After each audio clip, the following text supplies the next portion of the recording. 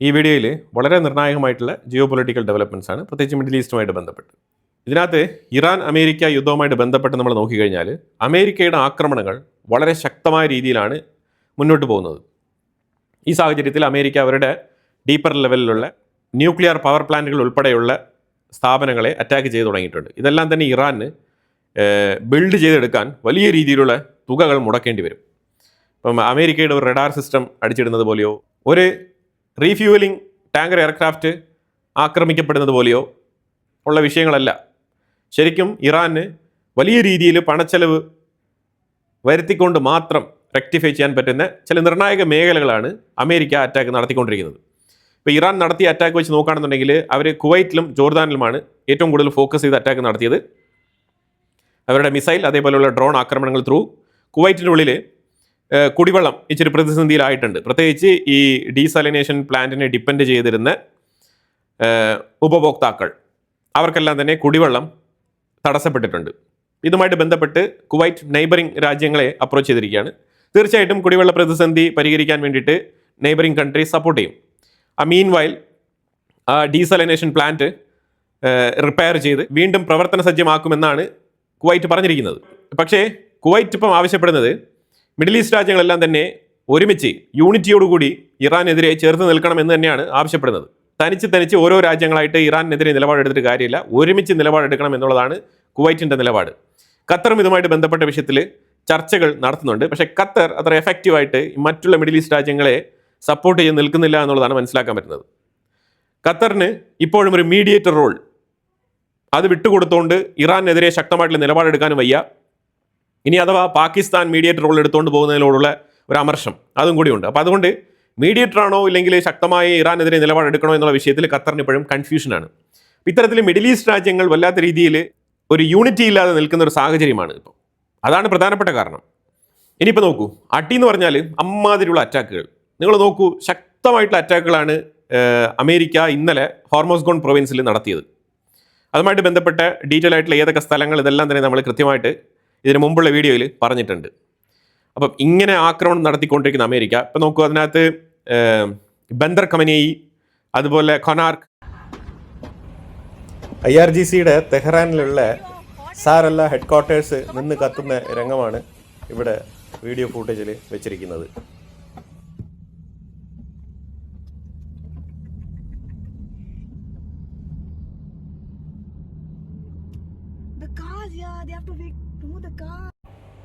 ഷിറാസിലെ Sanaya electronics ഫാക്ടറിയാണ് ഇത്. Drone നിർമ്മിക്കാനും അതേപോലെ തന്നെ മിസൈൽ നിർമ്മാണത്തിനൊക്കെ വേണ്ടിയിട്ടുള്ള ഇലക്ട്രോണിക്സ് പാർട്സ് മാനുഫാക്ചറിങ് ചെയ്യുന്ന കമ്പനിയാണ് അമേരിക്ക അടിച്ചു തകർത്തിരിക്കുന്നത്. അതുപോലെ തന്നെ ഇത് ബുഷറിൽ ഇന്നലെ നടത്തിയ ആക്രമണത്തിന്റെ ഫൂട്ടേജസ് ആണ്. അതുപോലെ ഈ ബന്ദർ അബ്ബാസ് റീജിയനിൽ കിടക്കുന്ന സകലമാന സ്ഥലങ്ങൾ തെരഞ്ഞു പിടിച്ച് അമേരിക്ക അറ്റാക്ക് നടത്തിക്കൊണ്ടിരിക്കുകയാണ്. ഇപ്പോൾ ഇതിൻ്റെ കഴിഞ്ഞ വീഡിയോയിൽ ഞാൻ അപ്ഡേറ്റ് ചെയ്തിട്ടുണ്ടായിരുന്നു. അതായത് ഇറാനാണെന്നുണ്ടെങ്കിൽ അൺപാവ്ഡ് റോഡുകളിലൂടെ ബന്ദർ അബ്ബാസിലേക്ക് എത്താൻ ഞങ്ങൾക്ക് മാർഗ്ഗങ്ങളുണ്ട് എന്നുള്ള തരത്തിലുള്ള പ്രസ്താവന പറഞ്ഞിട്ടുണ്ടെന്നുള്ളത്. അതായത് നമ്മൾ പറയുന്ന കാര്യങ്ങളൊക്കെ ഓരോ സ്റ്റേറ്റ്മെൻറ്റും നിങ്ങൾ വളരെ സീരിയസ് ആയിട്ട് എടുക്കുക. ഇപ്പം അതുമായിട്ട് ബന്ധപ്പെട്ട് ഒരു വീഡിയോ ഫുട്ടേജ് പുറത്തു വന്നിട്ടുണ്ട്.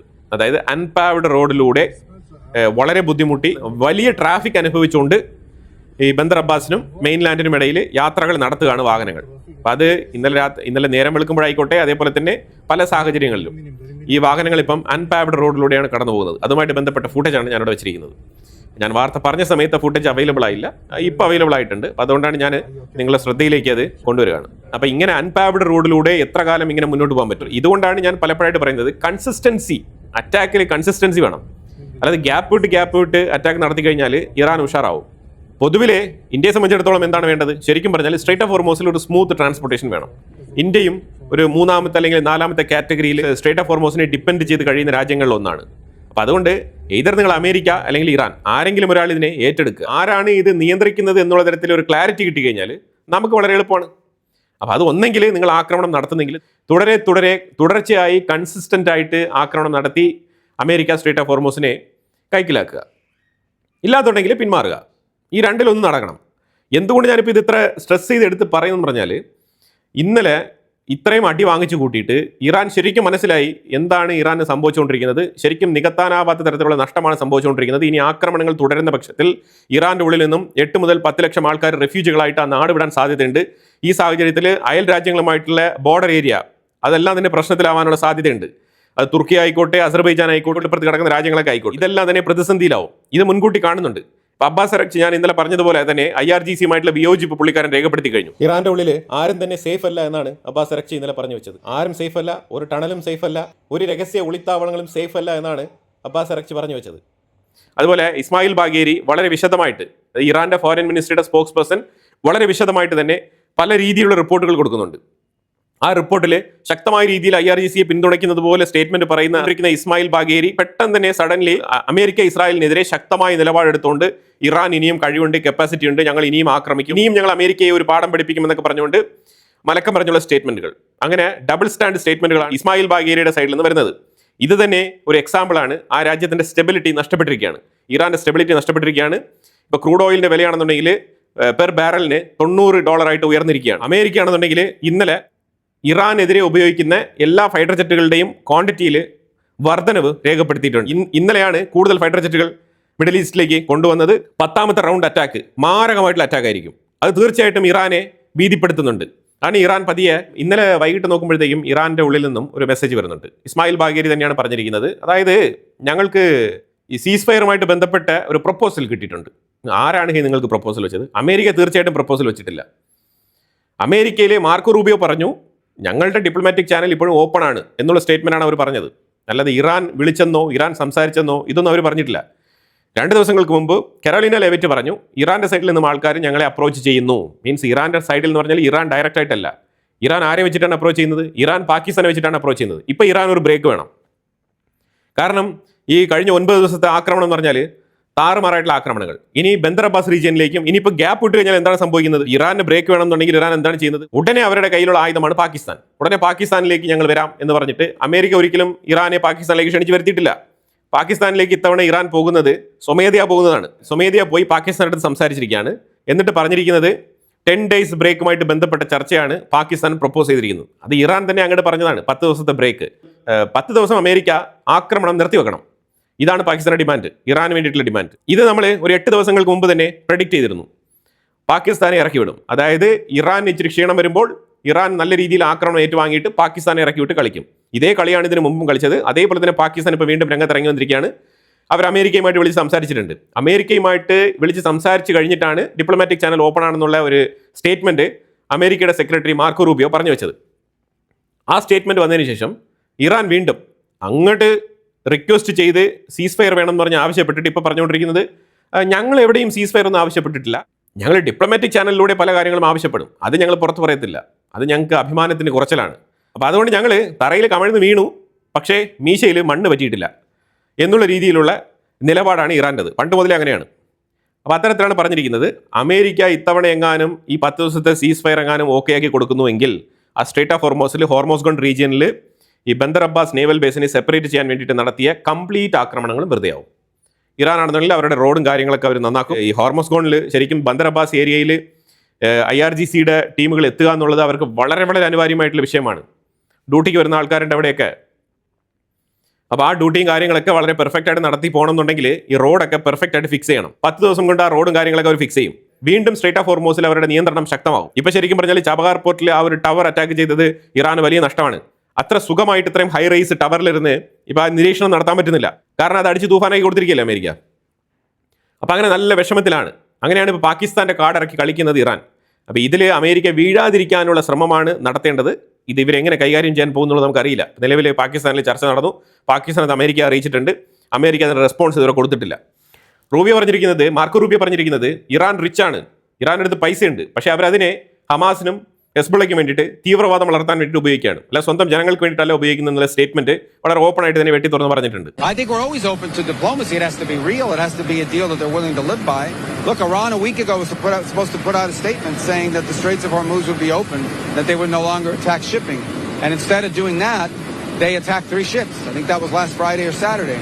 So, I mean, their behavior has to change in order for ours to change. കപ്പൽ ആക്രമിക്കപ്പെടുന്നതിനെ കുറിച്ചുള്ള മാർക്കോ റൂബിയോയുടെ ഈ സ്റ്റേറ്റ്മെൻറ്റ് നിലനിൽക്കുന്ന പശ്ചാത്തലത്തിൽ തന്നെയാണ് ഇന്ന് വീണ്ടും ഒമാൻ്റെ തീരത്ത് മറ്റൊരു കപ്പലിന് നേരെ ഇറാൻ ആക്രമണം നടത്തിയിരിക്കുന്നത്. അമേരിക്ക അവരുടെ ഫൈറ്റർ ജെറ്റ് കേപ്പബിലിറ്റി അതിൻ്റെ നമ്പേഴ്സ് മിഡിൽ ഈസ്റ്റിൽ വർദ്ധിപ്പിക്കുന്നുണ്ട്. 15 F-35A lightning fighter jet increase ചെയ്തിട്ടുണ്ട്. 12 F-15S കാറ്റഗറിയിൽ വരുന്ന ഫൈറ്റർ ജെറ്റുകൾ അധികം ഇൻട്രൊഡ്യൂസ് ചെയ്യുകയാണ് മിഡിൽ ഈസ്റ്റിൽ. അതുപോലെ 24 F-16 ഫൈറ്റർ ജെറ്റുകൾ ഇൻക്രീസ് ചെയ്യുന്നുണ്ട്.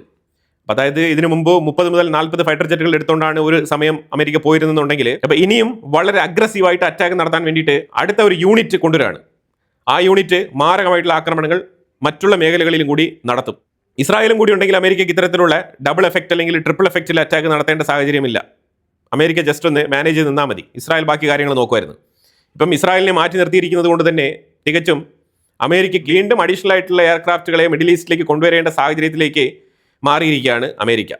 അപ്പോൾ എന്തായാലും ആക്രമണങ്ങൾ ശക്തിപ്പെടും, അത് ഉറപ്പാണ്. അതിൽ പേടിച്ചിട്ടാണ് ഇറാൻ ഇപ്പം പാകിസ്ഥാനെ വെച്ചിട്ട് അമേരിക്ക എടുത്ത് നെഗോഷിയേഷൻ നടത്തിക്കൊണ്ടിരിക്കുന്നത്. ഇപ്പോൾ കാല് പിടിച്ചുകൊണ്ടിരിക്കുകയാണ്. പക്ഷേ വെളിയിൽ അയ്യോ ഞങ്ങൾ കാലൊന്നും പിടിച്ചിട്ടില്ല, ഞാൻ പറഞ്ഞല്ലോ മീശയിൽ മണ്ണ് പറ്റാത്ത ടീമുകളാണെന്നുള്ള രീതിയിൽ അവർ ധരിപ്പിക്കും. അതാണ് അവരുടെ ഇരട്ടത്താപ്പ്. വേണ്ടി വന്നാൽ ട്രംപിൻ്റെ കോലം കത്തിക്കും, ട്രംപിനെ തെറി വിളിക്കും, ഡെത്ത് ടു അമേരിക്ക എന്ന് പറയും. എന്നിട്ട് സ്വിറ്റ്സർലാൻഡ് വരെ പോയിട്ട് ഡീലിൽ സൈൻ ചെയ്യാനും അവർക്ക് യാതൊരു മടിയില്ല. ഇതാണ് ഈ ടീമുകൾ. മസൂദ് പെസസ്കിയാൻ പറഞ്ഞിരിക്കുന്നത് അവർക്കൊരു അർജൻസി ഇല്ല. അമേരിക്കയുടെ എനർജി മിനിസ്റ്റർ പറഞ്ഞിരിക്കുന്നത് ഇറാൻ കീഴടങ്ങുന്നത് വരെ അമേരിക്ക അറ്റാക്ക് ചെയ്യും, അതിനുള്ള കപ്പാസിറ്റി ഉണ്ടെന്നാണ് പറഞ്ഞിരിക്കുന്നത്. ഇത്തവണ ഇറാന് മനസ്സിലായി ഈ ആക്രമണം അവർ മുൻകൈയെടുത്ത് ഒരു മീഡിയേഷനിലേക്ക് പോകുകയല്ലാതെ വേറൊരു മാർഗ്ഗമില്ല. അമേരിക്ക ഒരു ആക്രമണം നിർത്താൻ പോകുന്നില്ല എന്നുള്ളത് അവർക്ക് മനസ്സിലായി. കാരണം 9th കൺസിക്യൂട്ടീവ് ഡേ അറ്റാക്കാണ്. ഇനി 10ാമത്തെ ദിവസം ഈ ആക്രമണം അതിരൂക്ഷമായ നിലയിൽ അമേരിക്ക നടത്തും, അത് ഉറപ്പാണ്. ഇവർ മിഡിൽ ഈസ്റ്റിൽ ജോർദാൻ, കുവൈറ്റ് ഇത് എന്ത് അറ്റാക്ക് നടത്തിയാലും അമേരിക്കയ്ക്ക് അതൊരു വിഷയമേ അല്ല. അമേരിക്ക അവർ ഉദ്ദേശിച്ചതുപോലെ ആക്രമണം മുന്നോട്ട് കൊണ്ടുപോകുക തന്നെ ചെയ്യും. 10ാമത്തെ ദിവസവും ശക്തമായ രീതിയിൽ അറ്റാക്ക് നടത്തും. അതിന് പേടിച്ചിട്ടാണ് ഇപ്പം പാകിസ്ഥാൻ ഇളക്കി വിട്ടുകൊണ്ടിരിക്കുന്നത്. പക്ഷേ ഇത്തവണ അമേരിക്ക ഒരു സ്ട്രോങ് ഡീൽ വരുന്നത് വരെ ഒരു ഗ്യാപ്പ് വിടുമെന്ന് തോന്നുന്നില്ല. ഗ്യാപ്പ് വിട്ട് കഴിഞ്ഞാൽ പിന്നെ ഈ യുദ്ധം കണ്ടിന്യൂസ് ആയിട്ട് ഇപ്പോൾ 9 ദിവസം നടത്തിയിട്ട് ഒരു പ്രയോജനമില്ലാത്ത രീതിയിലേക്ക് മാറും. അപ്പോൾ അതുകൊണ്ട് അമേരിക്ക ഇത്തവണ വളരെ കെയർഫുൾ ആയിട്ടായിരിക്കും കാര്യങ്ങൾ മുന്നോട്ട് നീക്കുന്നത്. ഇന്നലെ രാത്രി ഉക്രൈൻ ശക്തമായ രീതിയിൽ റഷ്യക്കുള്ളിൽ 400 ഡ്രോണുകൾ വെച്ചുകൊണ്ടുള്ള ആക്രമണം, അതാണ് ഒരു പ്ലാൻ ചെയ്തത്. അപ്പോൾ ഇതിൽ നിരവധി ഡ്രോണുകൾ ഇന്റർസെപ്റ്റ് ചെയ്യപ്പെട്ടിട്ടുണ്ട്. 381 പ്രൊജക്ടൈൽസ് വേർ ഇന്റർസെപ്റ്റഡ് എന്നാണ് റഷ്യ പറഞ്ഞിരിക്കുന്നത്. മോസ്കോക്കെതിരെ വന്ന് 381 പ്രൊജക്ടൈൽസ് വേർ ഇന്റർസെപ്റ്റഡ്. ഈ 400 ഡ്രോണുകളിൽ 85 എണ്ണം മോസ്കോയുടെ തലസ്ഥാന നഗരത്തെ കേന്ദ്രീകരിച്ചാണ് ആക്രമണം നടത്തിയത്. അതെല്ലാം തന്നെ റഷ്യ ഇന്റർസെപ്റ്റ് ചെയ്തിട്ടുണ്ട്. ഒരു ഇൻഡസ്ട്രിയൽ പാർക്ക്, ഒരു ഓയിൽ ഡിപ്പോ, അതേപോലെ ഈ വൈൽഡ് ബെറീസിൻ്റെ മറ്റൊരു ഗോഡൗൺ, ഇത് മൂന്നും കത്തി നശിച്ചിട്ടുണ്ട് ഉക്രൈൻ്റെ ഡ്രോൺ ആക്രമണത്തിൽ. ബ്ലാക്ക് സീയിൽ ലൂയിസ് എന്ന് പറഞ്ഞൊരു കപ്പലിന് നേരെ ഉക്രൈൻ അറ്റാക്ക് നടത്തിയിട്ടുണ്ട്. ഇത് റഷ്യയുടെ കപ്പലാണ്. അപ്പോൾ എന്തായാലും ശക്തമായ രീതിയിൽ റഷ്യ തിരിച്ചടിക്കുമെന്നാണ് ഉക്രൈന് ഒരു താക്കീത് കൊടുത്തിരിക്കുന്നത്. മേ ബി ഇന്ന് രാത്രി മാരകമായിട്ടുള്ള അടുത്ത ഘട്ട ആക്രമണം റഷ്യ ഉക്രൈൻ്റെ ഉള്ളിലേക്ക് അയച്ചുവിടാനുള്ള സാധ്യത വളരെ കൂടുതലാണ്. അതുപോലെ ഹമാസിൻ്റെ ഉള്ളിൽ രഹസ്യമായിട്ട് തെരഞ്ഞെടുപ്പ് നടന്നായിട്ടും അവരുടെ നേതാവിനെ തിരഞ്ഞെടുക്കാൻ വേണ്ടിയിട്ട് അവർ വോട്ടെടുപ്പ് നടത്തിയതായിട്ടും, അപ്പോൾ അതിൽ 13 വോട്ടുകൾ നേടി ഖലീൽ ഹയ, അയാളാണ് ഹമാസിൻ്റെ ഇപ്പോഴത്തെ ലീഡർഷിപ്പ് പൊസിഷനിലേക്ക് വന്നിരിക്കുന്നത്. പക്ഷേ വിവരങ്ങൾ രഹസ്യമാണ്. ഇയാൾക്കെതിരെ മത്സരിച്ചത് ഖാലിദ് മെഷാൽ. ഈ മെഷാലിന് കിട്ടിയത് വെറും ഒരു വോട്ടാണ്, ജസ്റ്റ് ഒറ്റൊരു വോട്ട്. ഈ ഖലീൽ ഹയാക്ക് കിട്ടിയത് 13 വോട്ടുകൾ.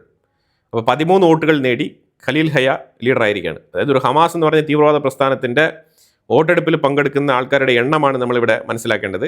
അത് മറ്റാൾക്കാരില്ല, അത്രയേ ഉള്ളൂ കേട്ടോ. കാരണം ഇസ്രായേൽ അറിഞ്ഞ അടിച്ച് തീർത്ത് ഒതുക്കി മൂലയിലാക്കിയിരിക്കുകയാണ്. ഇനി ആശയമുണ്ട്, ഹമാസിൻ്റെ ആശയമുണ്ട്, ജിഹാദ് നിലനിൽക്കും. പക്ഷേ ഹമാസ് നിലനിൽക്കുമോ എന്നുള്ളതാണ് വലിയൊരു ചോദ്യചിഹ്നം. കാരണം അത്തരത്തിലാണ് ആക്രമണങ്ങൾ. അപ്പോൾ എന്തായാലും വളരെ നിർണായകമായിട്ടുള്ള വിഷയങ്ങളാണ് നമ്മൾ വീഡിയോയിൽ പങ്കുവച്ചത്. തീർച്ചയായിട്ടും ഇറാൻ അമേരിക്ക കോൺഫ്ലിക്റ്റ് നെക്സ്റ്റ് ലെവലിലേക്ക് മാറിയിരിക്കുകയാണ്. മിഡിൽ ഈസ്റ്റ് രാജ്യങ്ങളിൽ എയർപോർട്ടുകളുമായിട്ട് ബന്ധപ്പെട്ട് പല അനൗൺസ്മെൻറ്റുകളും ഇങ്ങനെ വന്നുകൊണ്ടിരിക്കുകയാണ്. അപ്പം യാത്രയ്ക്ക് തയ്യാറെടുക്കുന്ന ആൾക്കാർ എയർലൈൻ കമ്പനിയുമായിട്ട് കോൺടാക്ട് ചെയ്ത് ചെക്ക് ചെയ്തിട്ട് ഫ്ലൈറ്റിൻ്റെ ചാർട്ടഡ് റൂട്ട്, അതുപോലെ തന്നെ അതിൽ എന്തെങ്കിലും മാറ്റങ്ങളുണ്ടോ, ക്യാൻസലേഷൻസ് ഉണ്ടോ, ഇതൊക്കെ അറിഞ്ഞുകൊണ്ട് മുന്നോട്ട് പോകുന്നതായിരിക്കും നല്ലത്. അല്ലെങ്കിൽ പിന്നെ എയർപോർട്ടിൽ പോയിട്ട് അവിടെ നിന്ന് തിരികെ മടങ്ങേണ്ടി വരും. അപ്പോൾ അത്തരത്തിലുള്ള കാര്യങ്ങളൊക്കെ നടക്കുന്നുണ്ട്. അപ്പോൾ എന്തായാലും ഇതുമായിട്ട് ബന്ധപ്പെട്ട കൂടുതൽ വിവരങ്ങളുമായിട്ട് അടുത്ത വീഡിയോയിൽ വരാം. ഈ വീഡിയോയിൽ പറഞ്ഞ വിഷയങ്ങളുമായിട്ട് ബന്ധപ്പെട്ട നിങ്ങളുടെ അഭിപ്രായങ്ങൾ കമൻറ്റ് ബോക്സിൽ രേഖപ്പെടുത്തുക. Thank you so much.